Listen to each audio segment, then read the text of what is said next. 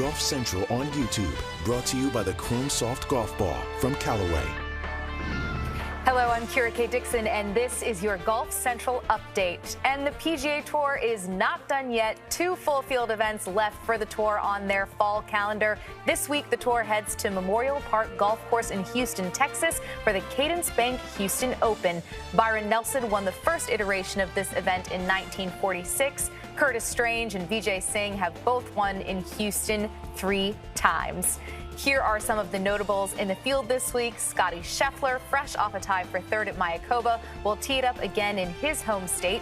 He has an opportunity to reclaim the #1 spot in the world this week. Sam Burns, Tony Finau, and Hideki Matsuyama, some of the other top 20 players in attendance. Another player to watch is Joel Dahmen, who has had a good start to his fall. Dahmen joined Damon Hack and Eamon Lynch on Golf Today to talk about his season and his goals. Joel, I love watching you at the U.S. Open at the Country Club. You finished tied for 10th. Your iron game was so sharp. You also have tied for 10th finish at the PGA Championship. When you think about your major championship history and looking forward, which major sets up best for your game and why? Probably the British Open. Probably the best for me. I've only played in a couple. I played okay. I think it was at Royal St. George a couple years ago. I think it's best because, you have to flight the ball low. You have to use the ground. Distance really isn't a huge factor over there. It's, you just have to control it. So I think that's best. U.S. Opens can be if they're not overly long. Like Wingfoot was way too big of a golf course for me, where Brookline was fair. The ball was running out on the ground, so it wasn't overly long. And a lot of guys were hitting hybrids or 2 irons off the tee when I could still hit my driver. So a course like that can be good. I have not played at the Masters yet. Obviously hoping to do that, but I heard that's a pretty big boy golf course. So I'll stick with the U.S. Open and the British Open for me. Yeah, I've played Augusta twice. It is a big ballpark. Now, you had some great moments this past season, a wonderful run, as I mentioned, at the U.S. Open. I want to take you back to the Sony Open when your caddy Gino gave us a glimpse into how champions prepare for battle. My boss over there just asked me to get him a hot dog before we tee off. So here I am standing in line. He's either on 59 watch or 82 watch. I'm not sure. Well, you shot 69, 68. You just missed the cut. Is a hot dog, is that kind of your go-to pre-game snack?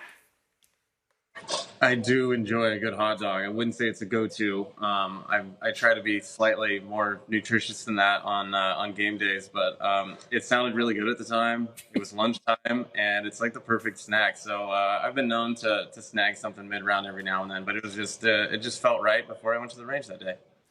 Joel, you've played quite a bit already this fall, and obviously playing again this week in Houston. We don't know what next fall is going to look like. All we know is that it's going to look different from what it does now. Are you a fan of what you see in terms of the changes the PGA Tour is making with a new fall series and with these elevated events? I don't know. Like, I've been a guy who just kind of shows up at the tournaments and play golf, and if you play well, you make some good chunk of money, and you just kind of keep going about, your year and your weeks. And every time I kind of get caught up in that sideshow of whatever's happening and the changes get made, like it doesn't do me any good.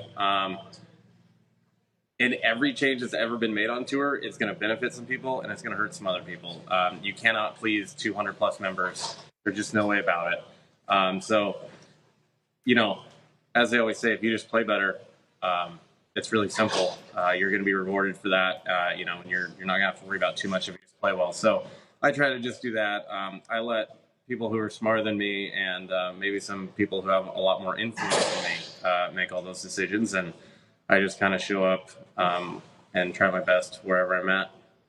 And have a little bit of fun along the way. I want to take you back to a tweet you had a couple of weeks ago. It came right after Mr. Koepka won in Jeddah, and you tweeted, "If a player wins a golf tournament in a forest and no one sees it, does it count?" What do you make, watching from afar, now that the whole Live series has wrapped up for the year, what do you make of what you've seen? I see guys playing in an exhibition and making a lot of money.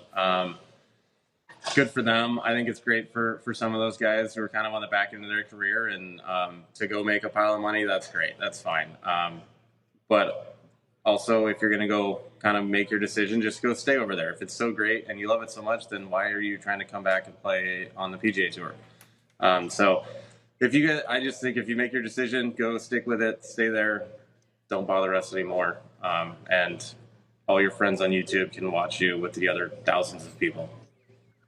It's been a strange season, as you know, Joel, exhausting in a lot of ways with this fracturing at the top of professional golf. Do you still find joy? Are you optimistic about the future of professional golf, no matter how you slice it? Yeah, I think so. I think the PGA Tour is healthy. I mean, we've had, been going for 60-some years. We have unbelievable corporate, sponsors. I think Jay Monahan's the right guy for the job.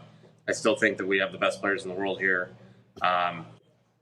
Do I wish that, it wasn't the way it is now? Sure. But I think that the game's in a pretty good spot right now. And I think the PGA Tour is going in the right direction. I think everyone, who's on the PGA Tour is happy. And, if that other tour is going to stick around or whatever they want to do, we'll just kind of let them do their thing. And the tour is going to keep on keeping on.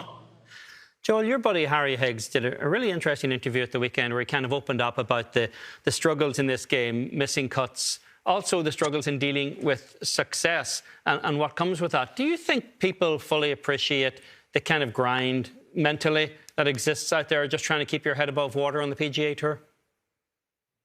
No, and I mean, it's hard to even explain it. I mean, it's exhausting out here at times, especially, kind of being a middle-of-the-road guy, a journeyman. It's just a lot of travel. It's a different hotel room. I scrambled around this morning trying to figure out how to do laundry for the week. I went to one place that didn't work, so now my wife is scrambling around this afternoon trying to figure out how to get her laundry done for the week. It's small little things like that add up over time. And when you play 25-plus events a year, it's exhausting.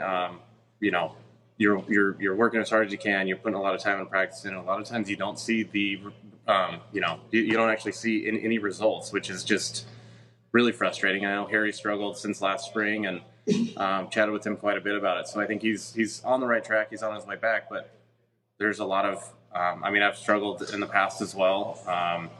You just kind of keep your head down and you keep grinding and you try to stay positive. Joel, are you going to be a guy that's playing into your 50s or 60s? Bernard Langer, Padraig Harrington, still working out, doing yoga, staying young? Or do you have like a number or an age? You're 34 now where you could say, I'm done with the hotel rooms. Peace out, folks. Yeah. My first child is due in late January. So I can imagine that could be probably having an impact on how long I play and how much I do. I mean, I'm going to play as long as I can. I don't know what else I would do. I would be very bored at home. My wife would probably get very sick of me. So I'm going to play as long as I can on tour. If that's 5 years, if that's 10 years, that's great. I would love to make it till I'm 45. That'd be another 10 years out here. I think that'd be a pretty good run. But then I can, my kid be 10-ish at the time. So then maybe I could spend some time with them, coach t-ball, basketball, whatever it is.